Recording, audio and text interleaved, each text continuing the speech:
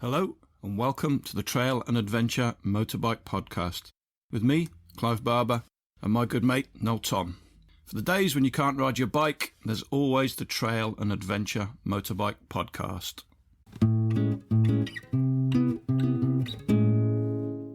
So have you ever done a podcast before? No. We've done a couple. Did you know that at the weekend we were the most popular motorcycle podcast in the UK? Is that a fact? That's quite cool, isn't it? That is very cool. How many motorcycle podcasts? No, I Well, won't ask. the next question should be name another motorcycle podcast. The one that is usually between us and first place is called Chasing the Racing. It's a road-based podcast. Actually very, very good. Same approach as us. It's just chatting, taking the piss. It's all very natural, all very good. So everybody should listen to that. How long has that one been going? Well, I think they actually started about the same time as us, but they've been far more aggressive. Not aggressive. They've just done professional. Professional and reliable. Regular. A lot more. So they're like on 150 episodes, whereas we're just approaching 40. We've had massive sabbaticals from this as well, haven't we? Pretty much didn't do it any during lockdown because it was just like 8 hours a day of Teams, and the last thing I wanted to do in the evening, do more bloody Teams. The good thing about it is it means that everybody in the world is now used to using this kind of technology, so it really, rather than us having to travel to people or vice versa, we can just do everything over Teams, so it's quite good, really. You guys been going for, 2 or 3 years now on this? Is it? We started almost exactly 4 years ago. I mean, it's funny that the Teams thing, I heard a thing today on Radio 4. I often listen to Radio 4.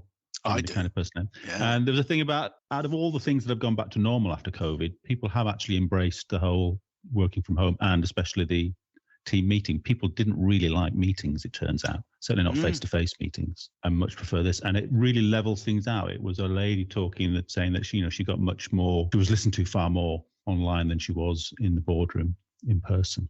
That's really interesting, isn't it? It's interesting, but it's not as interesting as motorbikes. No. Oh, right, no. yeah. Motorbikes, you say? Yeah. Quite right. Is this the most popular Teams meeting podcast in the UK? Probably is now, yeah. No, we I guess we should fess up that we know Dan and Ed. Well, I know them. They're friends of yours. How did you meet Dan and Ed? They were introduced to me through a very important person in my life, which was Neil Gonzalez. And I met Neil in 2009 in the Pyrenees on a sort of a motorcycle event. And then Neil went off to do a little bit of traveling. Well, I always tell the story like this because I always sort of make out that Neil met Dan and Ed in Africa, but they actually met before that, I think, didn't you, in the preparation of for going to Africa. Yep. But essentially, I met them all through this one. I've met so many amazing, great people, mainly these two, through Neil Gonzalez. So that's how I know Dan and Ed. And then we started to have this sort of meet up every few years, started off as like a camping thing down the fields and then progressed to the secret cabin in the woods. And then until they messed it up by going off and getting married and having children, we had a wonderful life together. Yeah, ruined it all. Sorry for ruining your life, Noel. Yeah. Well, you ruined your own as well, to be fair. Well, I was just also going to say that it turns out now Dan and Ed are like the most solid characters that I know. And if I ever need, or if I know anyone who needs any kind of advice, they're my go-to people for solid advice on anything from relationships to how the microwave works to why my bike won't start. Yeah. They cover everything. Why are they on our podcast? Are you asking me? Yeah. Then I'm going to ask them. Because they have traveled, they're kind of like, they're the real deal. They've sort of traveled, they did write a blog about it, but they pretty much kept very quiet about it. And yet they have done, as far as I know, 2 amazing things. And that's what we're going to quiz them about tonight. Dan and Ed, tell us who you are and tell us the 2 amazing things, what you have done. I suppose like all good meeting intros. So I'm Ed and I'm from Buckinghamshire. Well, now 2 amazing things.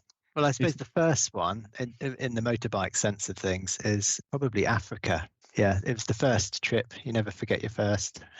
You did Africa. We did Africa. Yeah. It's quite difficult to declare that you've done a continent. I'm not 100% convinced we've done all of it, but we did do a big trip through Africa. So that's one. And that one, I think actually we've maybe introduced these the wrong person, because I think the Africa trip was my baby, and then the other one, the Siberia trip, this kind of Central Asia Siberia trip, was Ed's baby, and they were very different trips.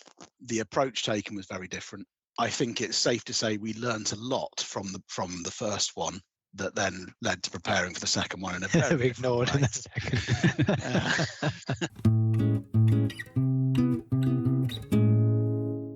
My name's Dan. I'm not an alcoholic. I'm now based in the Midlands. Spent a lot of time down on the south coast where I used to work. Prior to that, I'd been at university over in Bristol, where Ed was too. And at the time, Ed was the cool kid with the motorbike. He rocked up as a fresher at uni with a CBR 600, which has quite a good look. Whereas I had a Townsend mountain bike that had cost me 50 quid out of the Friday ad, so I wasn't really quite cutting it. I'd been kind of into motorbikes for donkey's years, but on a very kind of geeky level.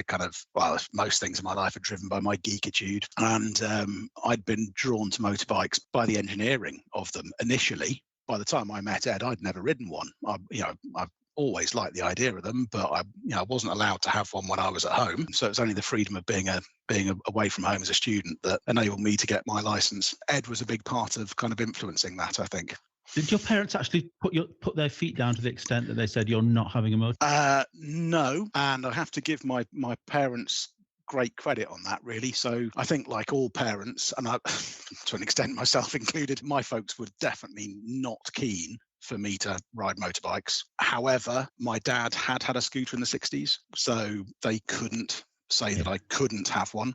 But it was very much a case of, well, while you're living here, we don't want you to have one. And I can get that. Growing up where I grew up, just outside London, roads were busy. Even back then in the 90s, roads were busy. I was young and a bloke, therefore I'd have ridden it like a dickhead, so it wouldn't have been a good look. So actually making that get delayed until I was, I didn't learn to ride until I was nearly 21. Yeah, I wasn't that far ahead. I started just basically last year of school, I think, or just after that. So yeah, I didn't have any bikes either growing up. It just was never really a thing. Never really knew anyone who had them. Never really. And then a mate at Robbie at school was just like, "Do you know how fast bikes are?" And I was like, "No." And it's like, "They're really fast." I was like, "Oh, yours comes more." It was about like that. Quick, get me one. That's basically how I got into it. Yeah, went straight to sports bikes, and of course that's Yeah. And that was the thing for me. It was very much always sports bikes that were the thing. Yeah. That was what appealed to me. It was the ridiculous power outputs that you had from tiny engines in even 80s sports bikes. It was absolutely nuts. Loved it. Absolutely loved it. It was all over it. So there was a journey then from sports bikes and college through to becoming what we now call adventure riders. So what happened between university and getting on the road to Africa? That trip kind of grew out of a daft idea. I was initially going to do that solo, and it had grown out of, at the time I started thinking about it, which would have been 2005, 2006, something like that. I had a good buddy who I done a few trips to Europe on sports bikes, me on my TL1000 and him on his SV650, so it looked like little and large in every possible way. One of those trips, I'd thought, it would be really cool to go just hop over go down to Spain, but then hop over to Morocco just for a bit and then come back. We needed a little bit more vacation time to do that length of journey and actually make it fun rather than just sit on the motorway the whole time. And Chris basically sort of said, well, I just don't have the days of leave available to do it. And I was like, oh, crap. Okay, not to worry. Well, this time we'll just go to Spain, but I'll think about it, see what I can do. And then I thought, well, if I'm going to go to Morocco, why wouldn't I do it on something more suitable, having no experience at all of riding off-road, but figuring that a TL1000S wasn't the right tool for the job. I thought, why wouldn't I take something more appropriate to explore Morocco? And then I thought, well, if I'm doing that, take that loop from the south coast of the UK down to Morocco and back again. If you straighten that loop out and just keep going, you get to like Senegal, you get to Dakar, and then you could just put it on a boat back from there or something, couldn't you? Or fly it or something. Basically, this trip just got completely out of hand. Initially, I was going to Morocco on a sports bike with a mate, and then before I knew it, I was thinking, wow, if I'm going to Dakar, might as well go to CapeTown, mightn't I?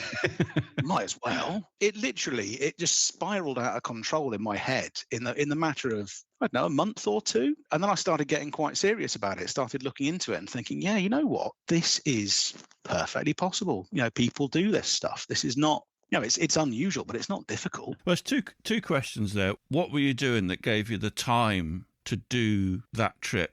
Question one. And question two, you say other people were doing it, But I'm assuming there wasn't so many people posting videos on YouTube and writing blogs and writing books about it. There are a few people out there writing blogs, and I remember finding some really, really rudimentary blogs of kind of long distance transcontinental trips when I was researching that and thinking, how feasible is this? And I was aware of the likes of Ted Simon from, when was he doing it? 70s. And obviously it kind of makes sense when you kind of my misguided approach to choosing a bike for the trip. Charlie and Ewan had made it look like you needed, obviously a film crew, obviously, an office full of hot administrators in London to coordinate it all, but definitely a massive motorbike. That's definitely the right way forward. So I couldn't afford a BMW, so I thought an Africa Twin. Yeah, there was enough information out there. You knew it could be done. It wasn't pie in the sky stuff. You just had to work out how to make it happen. I was in the very fortunate position of being able to take a sabbatical. My flat was a complete building site, so I couldn't sell it or rent it. It had to just be left vacant whilst I went traveling. But yeah, I was in this ridiculously privileged position, which is not that unusual in the UK, to be in that privileged position to actually say, well, yeah, it's a big compromise. You're a self-employed engineer, are you, at this stage? No, at this I was an employee. Yeah, I was by no means wealthy. I was kind of young, single, fancy free. Yeah. Didn't have any commitments. I owned my flat, but didn't owe a tremendous amount on it. It was a lot for me at the time, but it wasn't a ridiculous amount of money. And I had enough savings that I could afford to keep paying my mortgage whilst I was away. And I knew that once I was living in a tent in a dusty car park or by the side of the road or whatever, it wasn't going to be costing me much to live. Yeah. Once you're traveling, the traveling is not the expensive bit. It's actually keeping everything going at home. That's the expensive bit, actually. How soon did you agree to this, Ed, or did you take some talking into it? No, so around the time that the Dakar bit began to happen, I think I was on holiday and I was stuck in I suppose, the envious position of a well-paid job. But unfortunately, I was miserable. Well, not miserable. They're just not what I wanted to do. For me, it was relatively easily. Once I didn't have any kind of, I wasn't going to say ties, but if there was nothing really super that required my, having to be around all of the time, if that makes sense. So when I, basically just latched onto the idea, because I'd originally thought it's around this time that I think my dad had retired and he was sailing around, and I thought it's now or never I should go and do that. And then of course Dan goes bikes, and I was like, sailing what? Bikes? That's where I'm going next. So completely pivoted. Thought, yeah, Africa.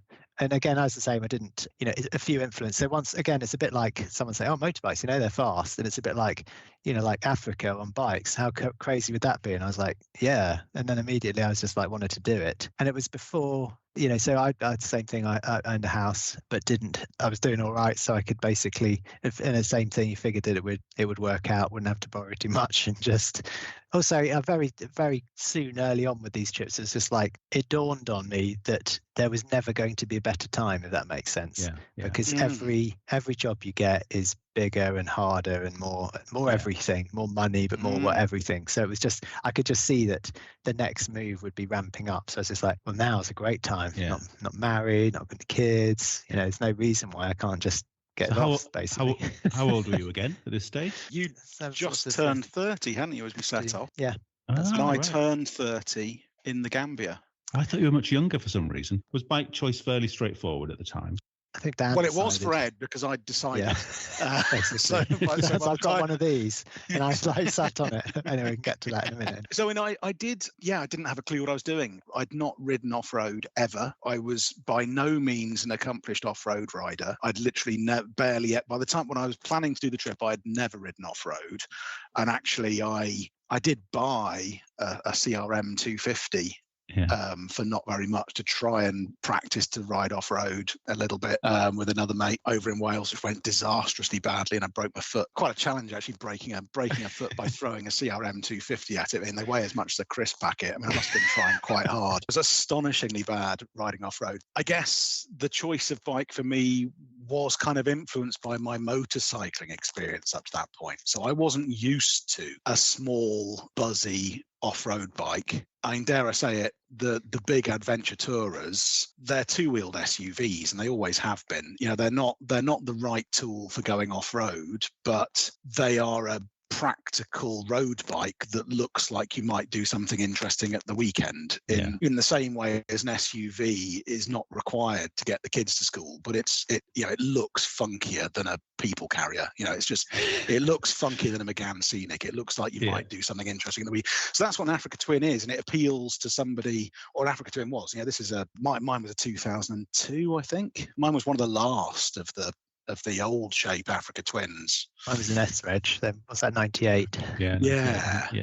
And they're great bikes. They are good bikes, but they're not novice off-road bikes by any stretch of the imagination. But they are comfortable long-distance tourers, which is realistically what they were sold as. It's just that they were comfortable long-distance tourers that you could drag through Africa if you tried hard enough. Yeah.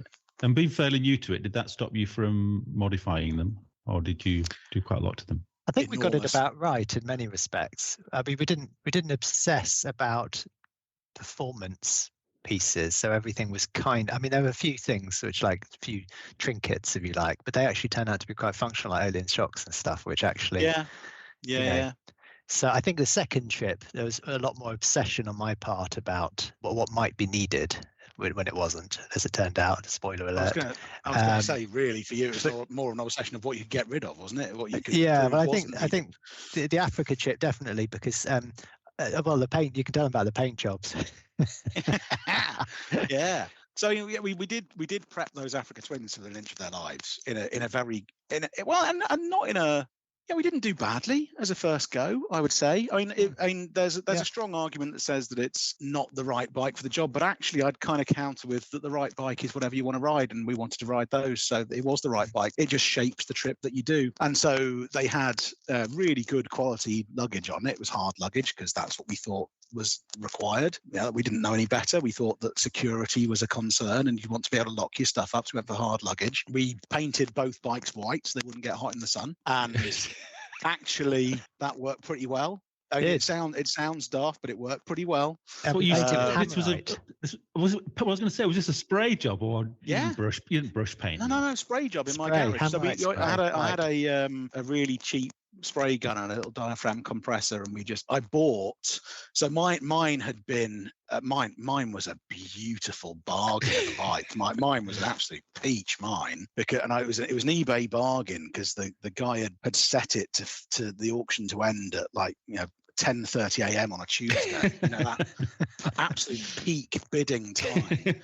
So I got it for an absolute song. It's funny though. You say the white paint thing. We've had loads of people that have come on and got talked about their trips to hot places, and I'm just kind of trying to add up the number of people that have painted their bikes white. Is it two? Is it two of us? None. Well, we're the first two, are we? Yeah, there we go. So doesn't mean we're wrong, though, does it? Austin does a white bike, doesn't he? And genuinely, we knew this would work. But your stuff in white panniers, it keeps a lot cooler than black panniers. It really, really does. It makes a massive difference. Anywho, but my bike been a bargain. I remember being absolutely bowled over the first time I contacted the seller after I won this auction at 10:30 a.m. on a Tuesday. I was like, can I come and pick it up at the weekend? He's like, yeah, which day? And I was like, Sunday probably. I'll see when I can get a mate to give me a lift up. And he was like, well, it can't be too early because I have to wait till I'm back from church. And I was like, perfect. Just perfect. So I bought this bike for a very keen price from a very, very lovely bloke, and it was a really, really nice bike. It was really nice. So I didn't paint that white.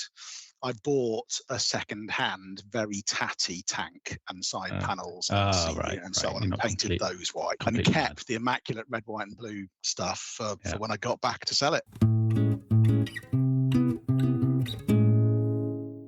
tell us about the route you took through Africa, or through Europe and into Africa. It was kind of maximising the riding. And did you plan it, or did you just kind of do it? It was roughly planned, wasn't it? We had a list of countries. What were you using for navigation? Did you have sat navs at the time? We did. We had little handheld, but we had ram mount cradles for them on the bars. We had Garmin E-Trex GPSs, which are kind of they're for hiking basically. Yeah. Really robust little units. Mine still works actually. Mine still works, yeah. And they were really robust little thing. But they pretty much just tell you where you are, and you can sort of place yourself on a map, right? They actually were capable of routing. Now, once you get to the kind of less developed parts of Africa, once you're far enough south, you can just point a GPS in a direction, and you can just follow the road that is going in that direction. You know you're on the road because it is the road. It's fine. You're not on the other road that goes a slightly different way. You're on the road, so you know you're going the right way. So that's fine. We bought the wrong paper maps. The Michelin do those amazing maps. They the whole of Africa is on 3 sheets, and those Michelin paper maps are amazing. They're produced by the Empire. Why wouldn't they be? Amazing maps. Well, the GPS became more of a kind of like a logging thing and sharing coordinates and that kind of thing. Because, like you say, you've only got one red road on the Michelin map, and that's kind of the one that you followed a lot. Yeah, exactly. Yeah, quite right.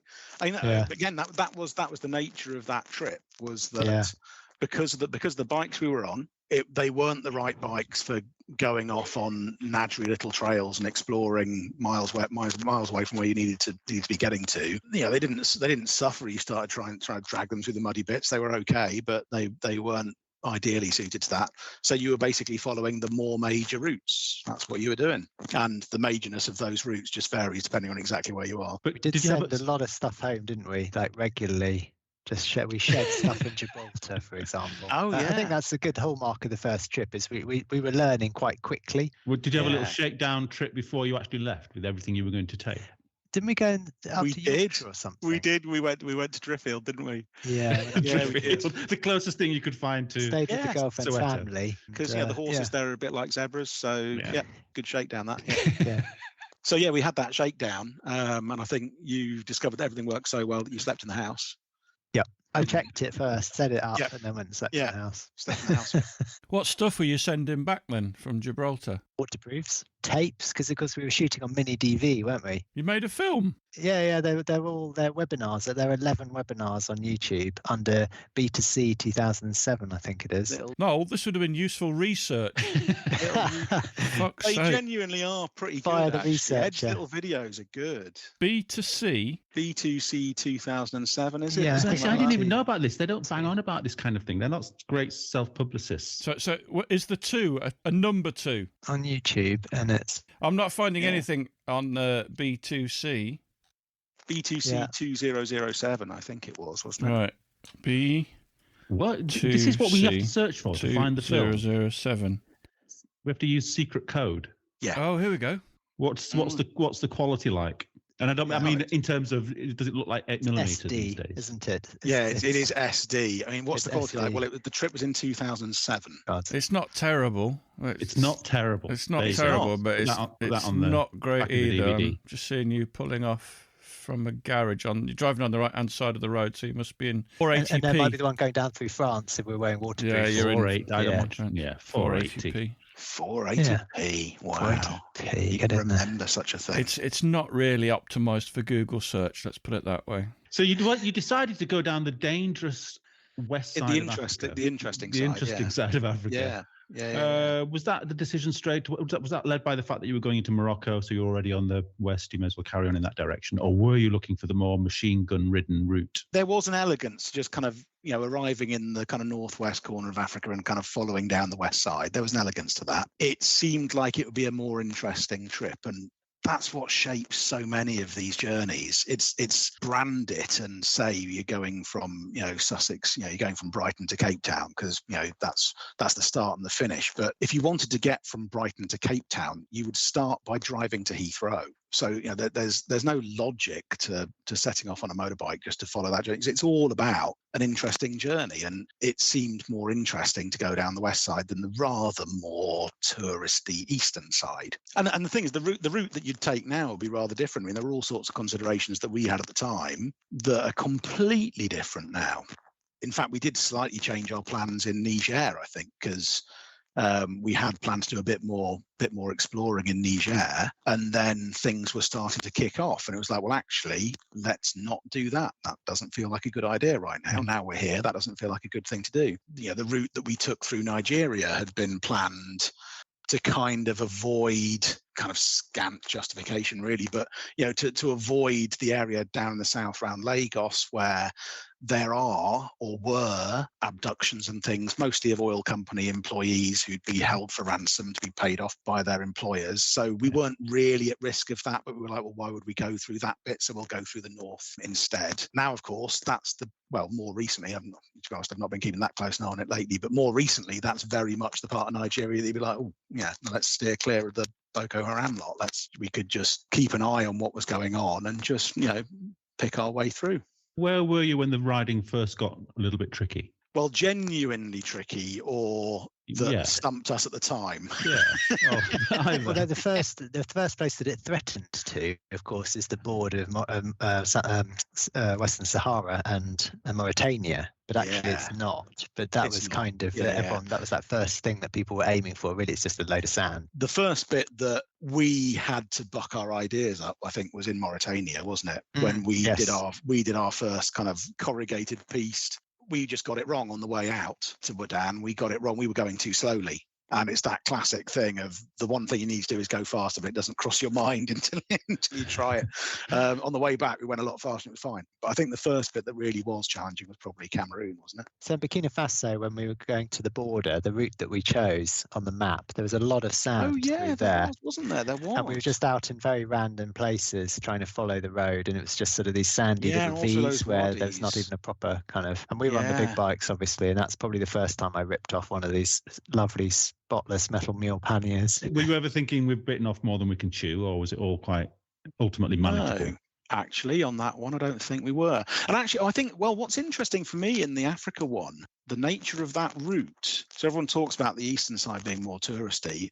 We were very fortunate, I think, in that we bumped into a lot of other bikers going the same way. From all over Europe? Yeah, there were people from all over Europe. We bumped into one chap from the US. There were the people we mostly spent time with were from the UK or South Africa. But there were people on a mixture of bikes.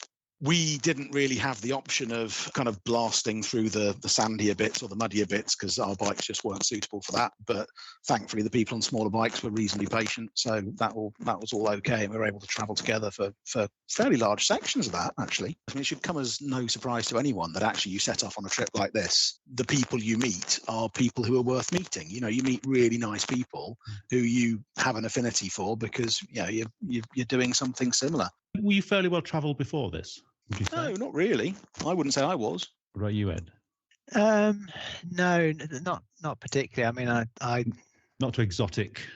No, not particularly. Places. No. Always outside the UK to places, but just holiday destinations. Not really anything. Yeah, I think the most exotic place I'd been to. I had been lucky enough to travel to Hong Kong for work. I'd done climatic testing in kind of hot climate and cold climate. So I guess I had been to some unusual places.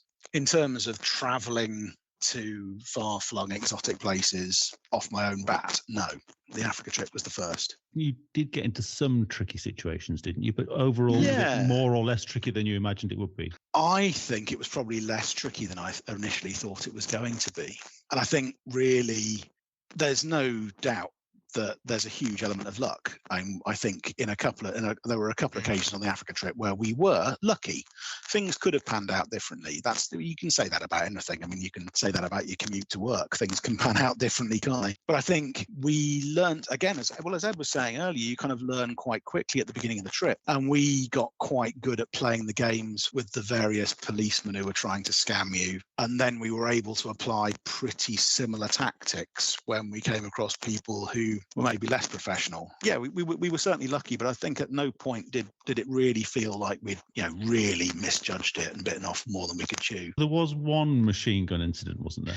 That was Congo, wasn't it? And actually, I think there was potentially more than one. The man we sent out with the recce didn't spot the weaponry the second time. You're going to have to tell us these stories in detail now. The one that Noel's referring to is the one in Congo. There were three of us travelling together by this stage. We came round a corner, me at the front, then Ed, then Chris. Was that the order we were in? Something like that. So we came round a corner in the road. There was just a bunch of blokes stood across the road, kind of carrying machetes, and one bloke off to the side with an AK-47, as I recall. You figure that you've got no option but to stop.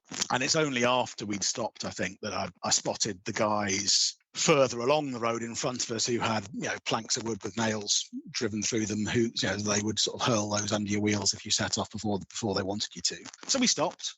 Well, they came and talked to me first because I was at the front. I took the same approach that we'd taken with all the police by this stage, and the approach that we'd learned to take. Cheer Englishmen.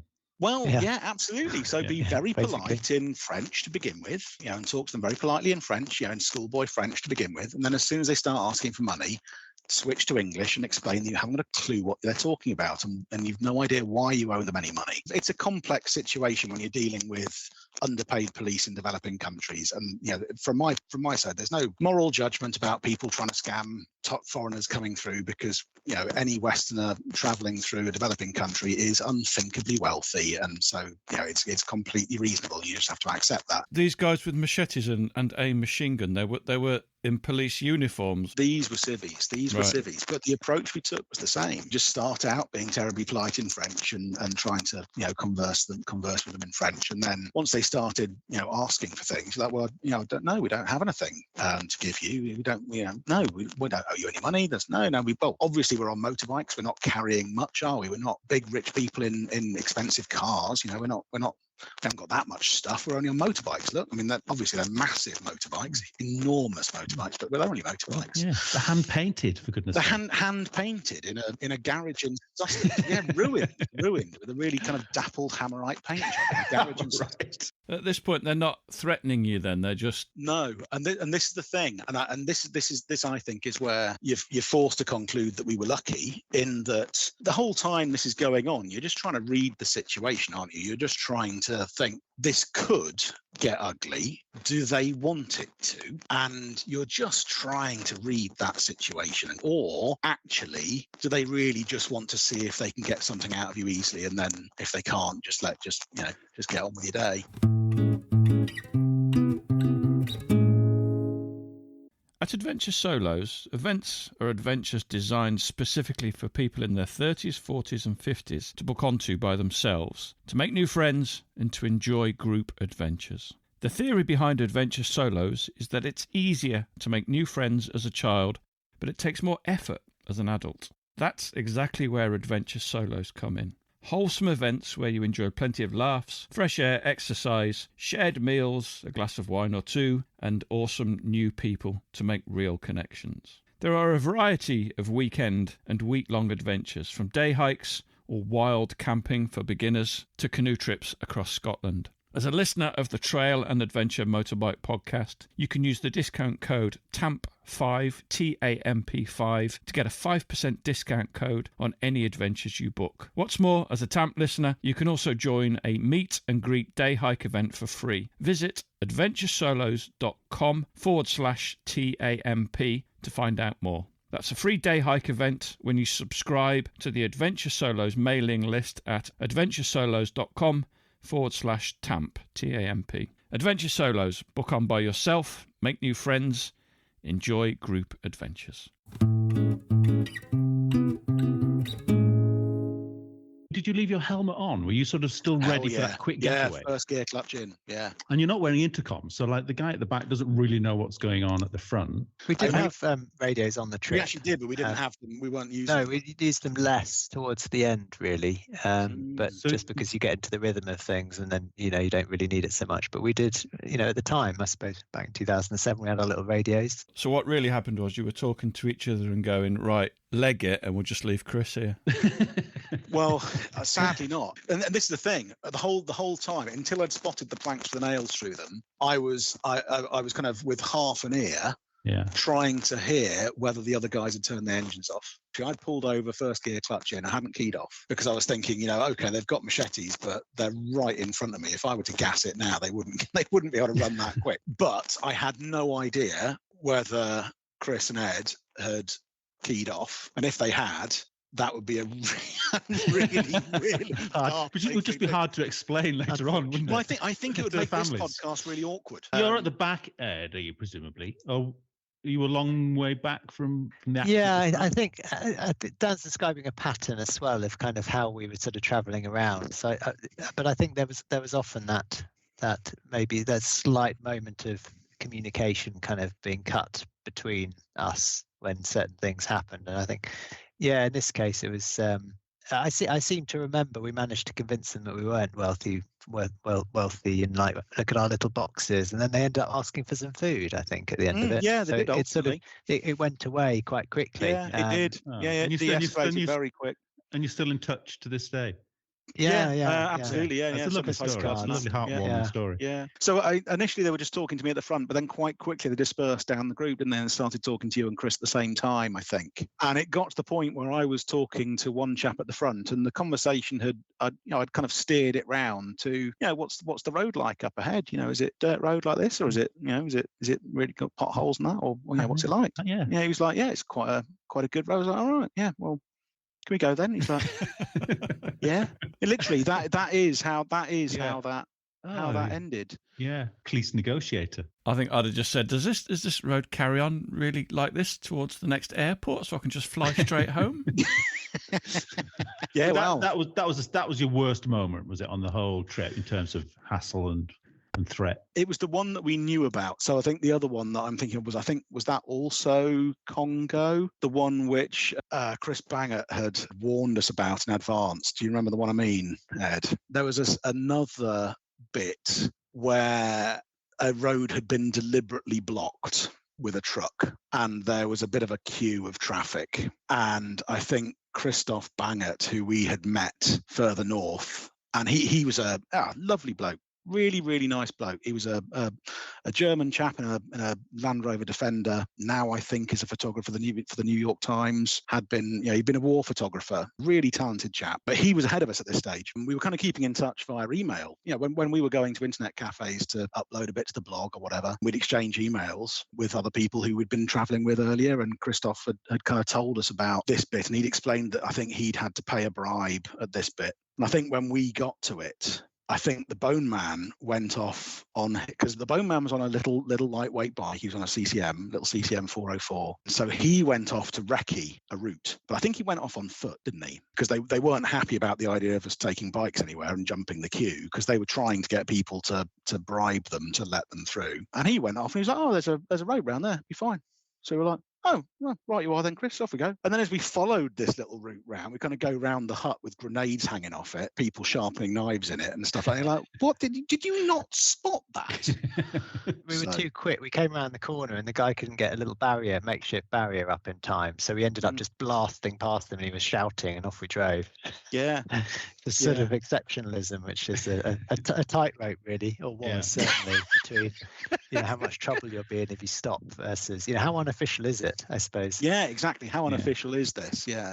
And I think we had a good idea that was pretty unofficial. But I feel bad making you focus perhaps on these two negative stories, because I'm imagining for the 99.9% of the rest of the time it was just wonderful smiley faces and farmer hospitality than you'd ever find. It really was. Europe. It was smiley faces and cracked rims and DHL aid parcels in airports. And when I'm talking about the trip to people, I don't talk about that, because that's not what the trip's like. If you tell people that story and nothing else, it gives a really weird. It's like, wow, you did that for 17,000 miles, did you? And like, you could barely get to Dover, and there was bandits. That's not what the world's like. The world is full of really nice people, and actually, if you travel it by motorbike full of really surprised people who've got no idea why you're doing what you're doing. They just don't get it. They're just like, who are these mad white people? What are they doing? And it's very difficult to explain that, because what you're doing is something immensely privileged and really rather special. So what was a typical day like then? I know it's very difficult over 17,000 miles, but presumably you weren't camping very much. The accommodation was cheap where you could find it, or we were camping everywhere by choice mostly. Yeah, and a lot of auberges, so we were sort of camping in buildings or around them more than rough camping. Yes. We found early on with rough camping, I mean, we were expecting to almost more like a sort of a Mongolia experience, which, obviously in a later trip, but actually, we would joke that you would stop the bike for like minutes and someone would appear. It just was almost unavoidable at any given, wherever you were, middle of nowhere, stop the bike, someone pops their head up. Yeah, you'd literally stop the bike for a drink, for a swig of water, and you'd be like, oh, isn't this peaceful? Who are they? The continent is full of friendly and curious people. Were you carrying tents then the whole way? Yeah. And in fairness, I mean, by preference, we were mostly staying in the tents. So I mean, Ed's right. He's characterised it exactly right. There were an awful lot of auberges that you'd stay at, but we would generally be choosing to camp outside the auberge and use the facilities of the auberge rather than stay in the auberge, because our tents were cleaner for the most part. We had a routine too, like take it off the bike, set it up. You know what it's like. You've got that kind of daily pack it up, put it on the bike, and take it off again, unpack it. And if you're camping next to your bike, you're camping next to all your stuff. Whereas if you're staying inside the building, you've got to take all the stuff you need and then go back for the stuff you forgot, and then go back for the stuff that you still forgot. And it's just which is 3 trips with a back, with a pack, and then 2 hard panniers, isn't it? Yeah. So again, 2 hard panniers with really sticky, outy, sharp kind of aluminium angles. Those aluminium mounting points are designed to tear into human flesh. I'm thinking that the auberges I've stayed at, presumably there's like a croissant breakfast made available with bowls of steaming coffee. I'd imagine that's the way it works in Africa too, right? Steaming something. There are a lot of these places that were food available. We did buy some food from some of these places, but we cooked a lot for ourselves. We just bought supplies and bought, not brought. We didn't set off from home with all the food we needed for 4 months. Some people do. We didn't. Were the bikes utterly reliable? Mine was, yeah. Mine wasn't actually. I think. No, yours kind of got a passenger, didn't it? Well, it had a passenger, but before then we had some smoke. When we were crossing into to Senegal, you spotted some smoke, I think. It was on the overrun, something like a valve stem seal or something like that. It was leaking, so there's a bit of oil. So that immediately, just what you want to hear is you're going into the more, more interesting Africa, if you like, from the more, sedate Africa, if you like, of a touristy bit. But that seemed to fix itself, so that went away. But what did happen then is I took a spare regulator rectifier with me, and the bike ate that around Mali, somewhere in Mali, I think. Yeah, we had a spare between 2, obviously, so I used that one up. And then that one lasted to Namibia, and then it died in Namibia, and we've tracked it. I put a car battery on the back shelf with some cables that a mechanic had made up. Some kind of MacGyver reg rec first. Oh, that's right. Yeah, we did try some other random reg rec. Off like a dirt bike or something, like another Honda, like an RM, I can't remember what it was, something else. We managed to make it, and it worked for a bit, didn't it? I think that worked maybe 15, 20 minutes, and then it really didn't. Time to strap a car battery on the back and buy a mains charger. Just run at total loss. So I ran at total loss all the way to South Africa, Namibia and South Africa, amazing. Basically. Yeah, so he's no stranger to electric range anxiety, is Ed. Yeah. It's like cutting edge. My first ever a road bike converted into a schoolboy scrambler ran like that as well. We just had a probably even a 6-volt battery back then, and you just used to charge it before you went to ride the bike. I left it actually outside the thing in South Africa. I just left it on a wall and flew back. The airport, wasn't it?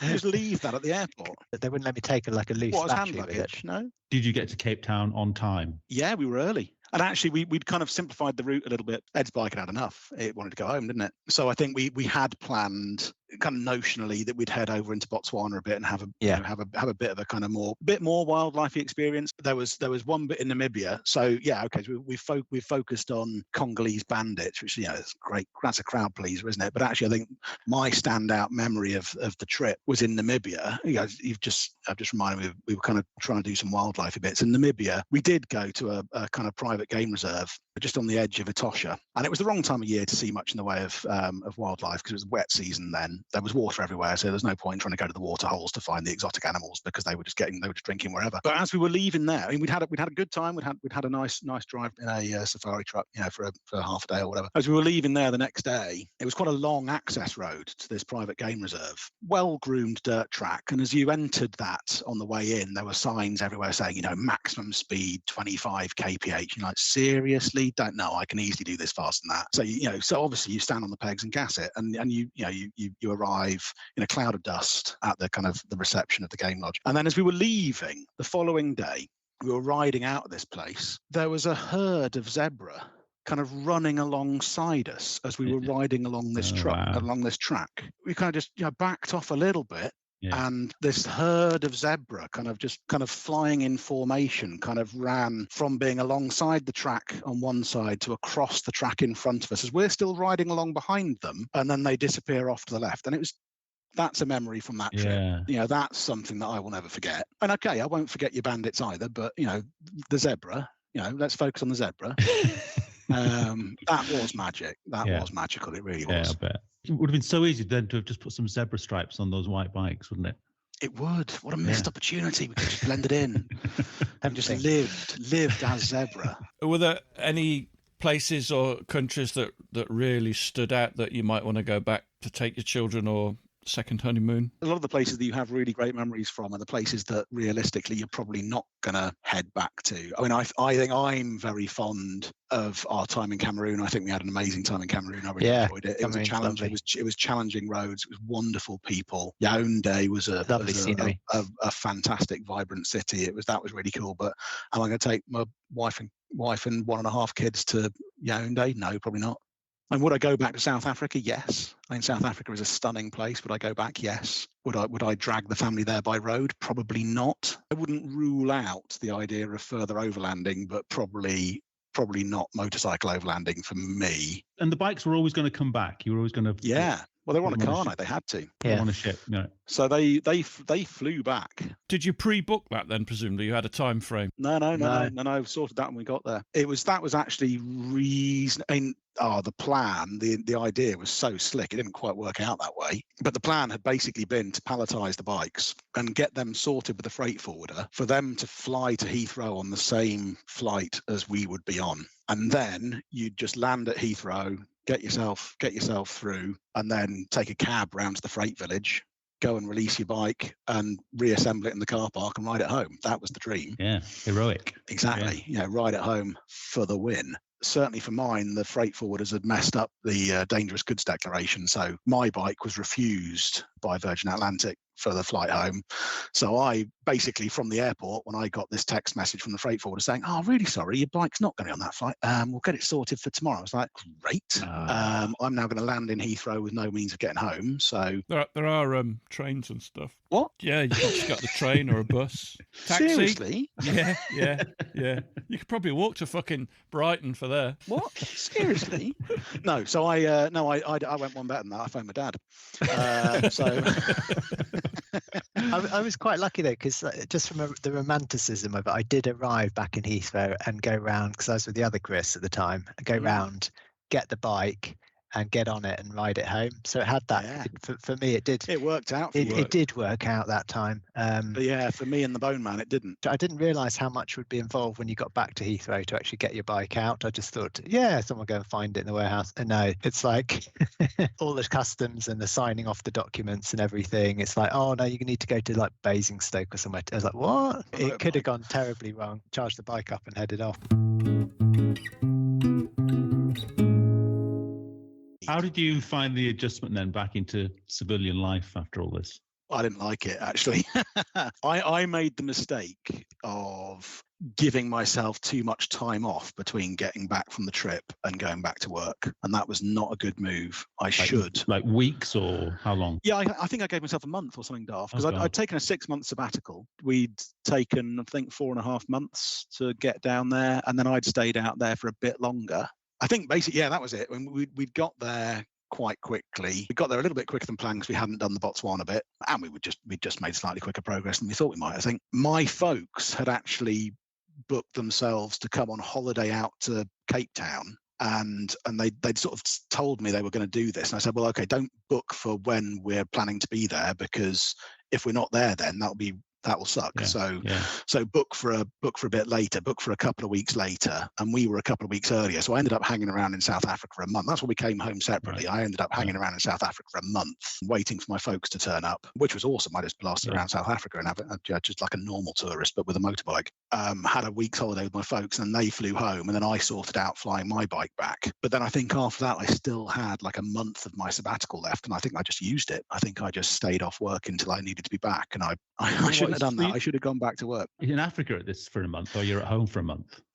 So I was in Africa for a month. I was in South Africa for a month. Yeah. Then I had a week's holiday with my folks. So that was all brilliant. So, a month of being like a backpacker with a motorbike in South Africa was magic. I mean, that was, that's a great place to be, actually. You know, go and be a tourist in South Africa for a month. That's a great place to go and do it. So I did. And then I had a week's holiday with my folks. They flew back, and a few days later I flew back. And then a month after that, I'd arranged I was going to go back to work. And I should have gone back to work sooner than that, because I've basically spent most of that month thinking, this isn't much fun. You know, this isn't as much fun as blasting around. It's quite depressing getting back. It is. It's quite depressing in a way, arriving in South Africa, but especially the difference we found as we crossed from Namibia into South Africa. Well, maybe Angola, actually. So Angola to Namibia. I think it was like going from what you imagine Africa to be like to what it really is like. And it's, in actual fact, it's so developed that it was a bit like, well, the trip felt a bit over as you crossed that border, because you saw like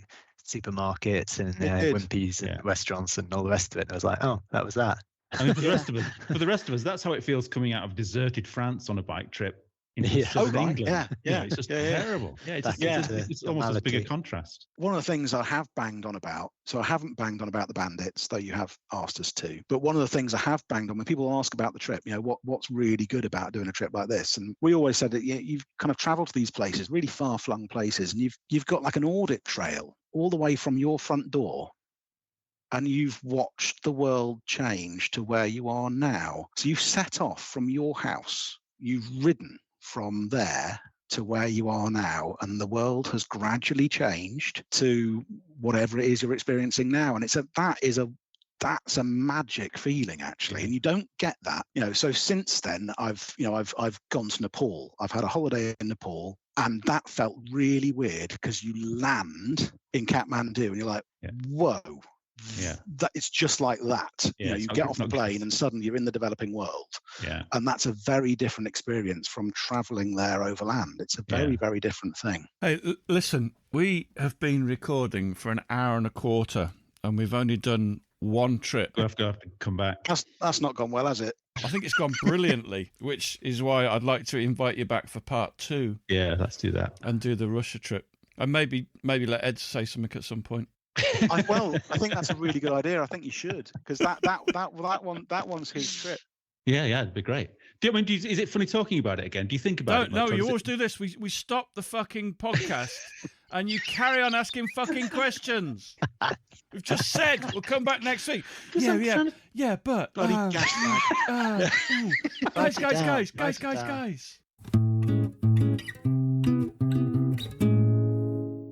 Oh, man, I hope you enjoyed listening to that as much as we enjoyed recording it.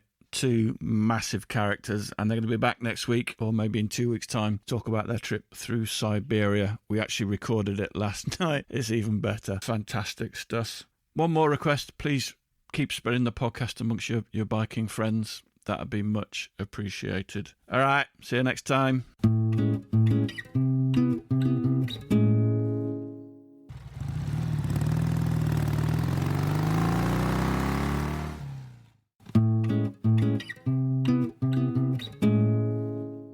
Thanks for listening. We really appreciate your support. Don't forget you can follow us on Facebook and Instagram. And if you really appreciate what we do, you could consider supporting us on Patreon or buy us a coffee. Links are available on our website, which is tampodcast.com, tampodcast.com, where we also have a limited selection of branded stuff. But either way, please keep listening and spreading the word. See you next time.